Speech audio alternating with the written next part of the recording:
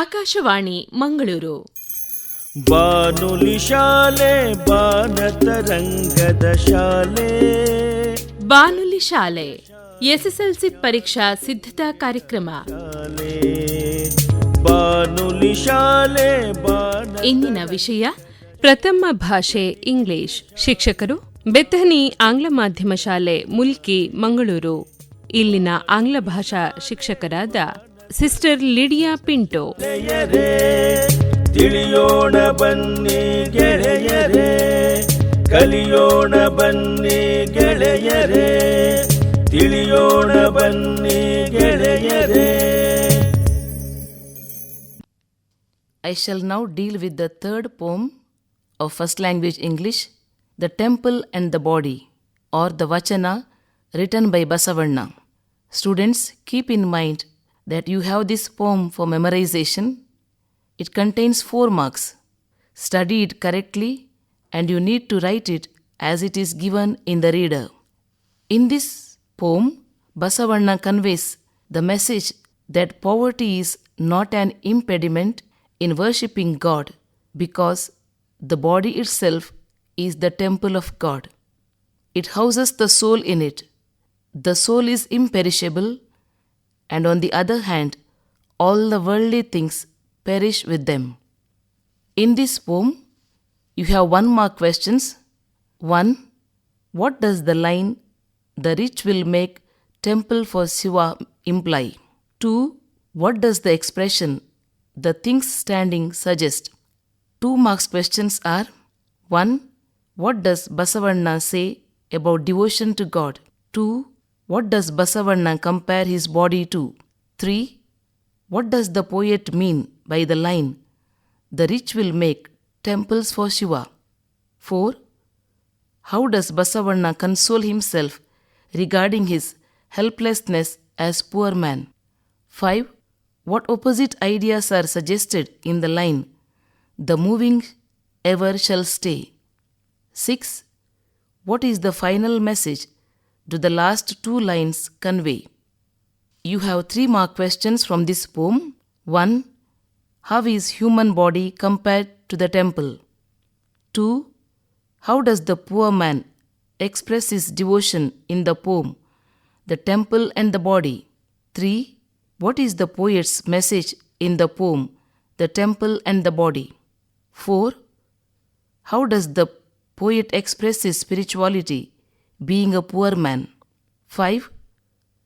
How does Basavanna convince us through his Vachana that spiritual things are long-lasting? Reference to context from this poem are: 1. What shall I, a poor man, do? 2. Things standing shall fall, but the moving ever shall stay. Students, you have the next poem, Lookinvar. This poem is there for memorization. Lookinvar is a narrative poem by Sir Walter Scott that tells the story of a bold and heroic king, Lookinvar, who is deeply in love with Ellen, the daughter of a powerful nobleman. He enters the Netherby hall, and the bride's father asks him whether he had come in peace or in war. In this poem, 1 mark questions are: 1. Who was Lookinvar? 2. Why did Lookinvar go to Netherby hall? 3. What qualities of the bridegroom are mentioned in the poem? 4. How did the bride's father receive Lookinvar? 5. Love swells like the Solway, but ebbs like its tide. Name the figure of speech. 2 mark questions are: 1. How do you say that Lookinvar was very brave? 2. Lookinvar was successful in hiding his real intentions. Elucidate. You have 3 mark questions. 1. How did Ellen express her love towards Lookinvar? 2. What clues of his plan does Lookinvar give Ellen? There is a possibility of 4-mark question from this poem. 1. Only the brave deserve the fair.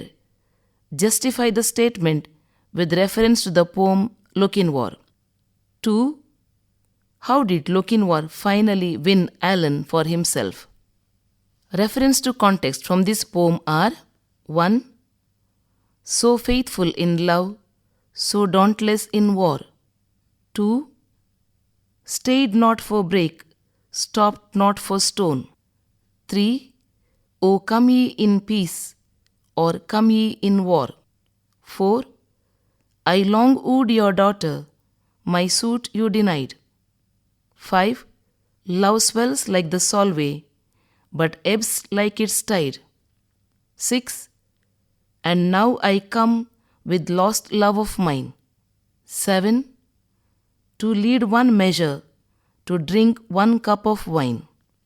The 5th poem we have in part 1, that is A Poison Tree. You have this poem for memorization. Study it carefully, and the poem carries 4 marks. In this poem, poet William Blake says that when he was angry with his friend, he expressed anger, and it came to an end. When he was angry with his enemy, he did not express. His anger started to grow. This growth of hatred was nourished by the speaker. Growth of anger is compared to the growth of a tree. He uses the poisoned apple to tempt his enemy to death. The death of the enemy makes the speaker happy. From this poem, you have 1-mark questions. 1. What happened when the speaker expressed his anger? 2. What happened when the speaker suppressed his anger? 3. Why did the poet say, watered it in fierce? 4. What does the line, sunned it with smile, suggest? 5. What does a poison tree refer to in the poem? 2-mark questions from this poem are 1. How are the results different in 2 instances in the poem A Poison Tree? 2. How did William Blake nourish his anger? 3. Who do you think dies at the end? Is it only the enemy? Does the speaker also die? What kind of death does he die? We have 3-mark questions from this poem. 1. What does a poison tree symbolize in the poem? Explain. 2. How, according to the poet, can suppressing of anger prove dangerous? Reference to context from this poem are 1. I told it not, my wrath did grow. 2. I sunned it with smiles, and with soft deceitful wiles. 3. My foe outstretched beneath the tree.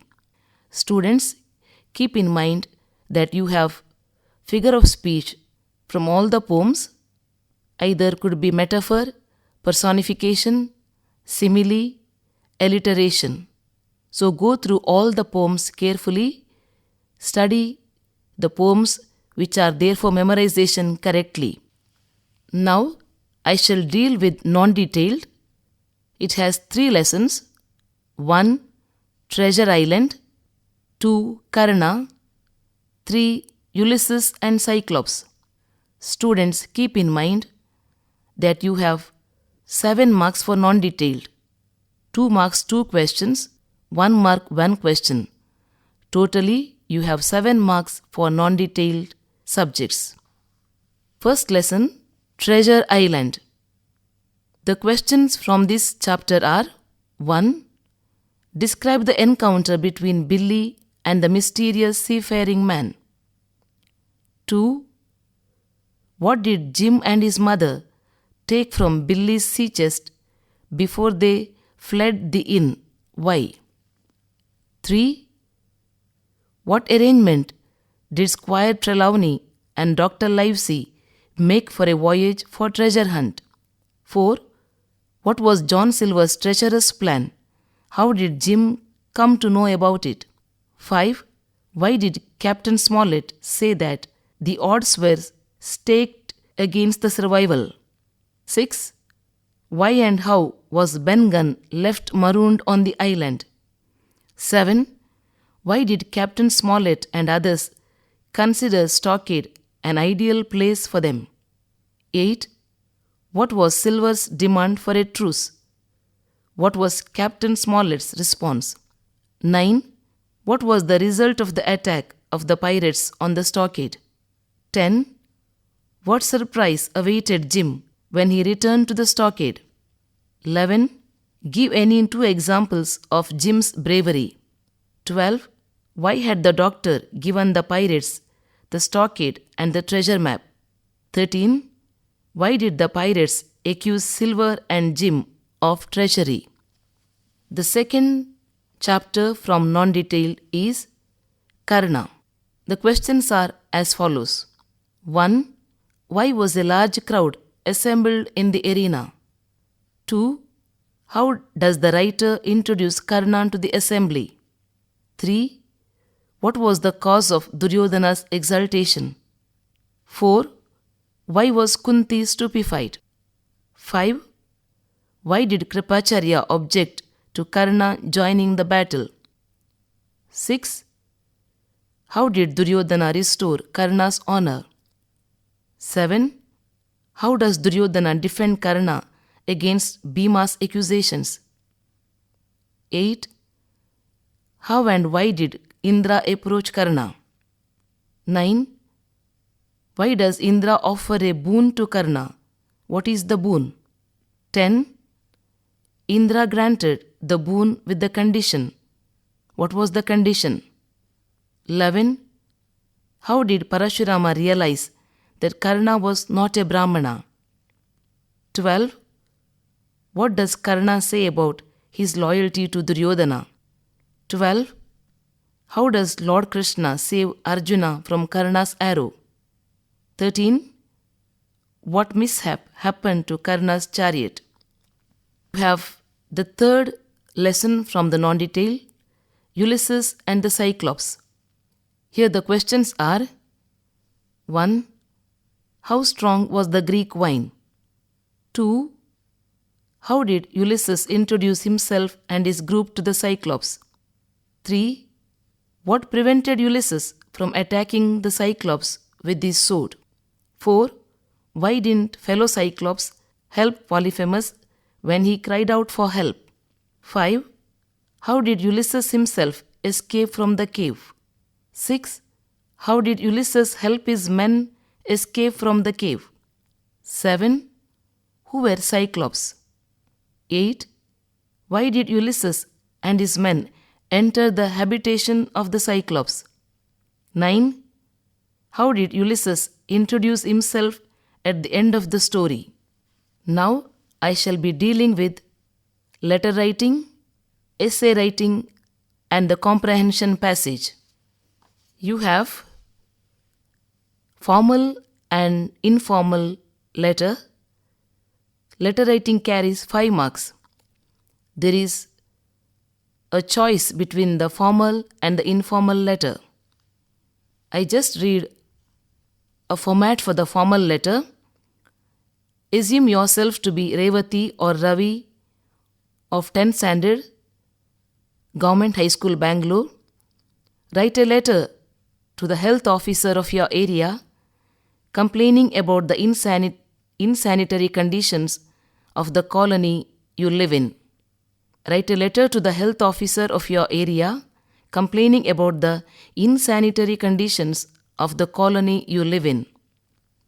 Then, the informal letter could be: imagine yourself to be Vivek or Varsha of Government High School, Jayanagar, Bangalore. Write a letter to your friend describing him or her how you celebrated your grandfather's 75th birthday. So students, keep in mind that when you write the letter, you have to write the sequence or the pattern of the letter writing correctly, for which you have got 5 marks. Now I shall deal with the essay writing. Essay writing also has 5 marks. Students, keep in mind that when you write the essay writing, give the introduction in 4 to 5 sentences in the beginning, in first paragraph. In the second paragraph, you can explain the matter of the topic, and in the third paragraph, give a good conclusion in 4 to 5 sentences. Some of the topics for essay writing could be: 1. Students' role in maintaining the clean environment. 2. Uses of mass media. 3.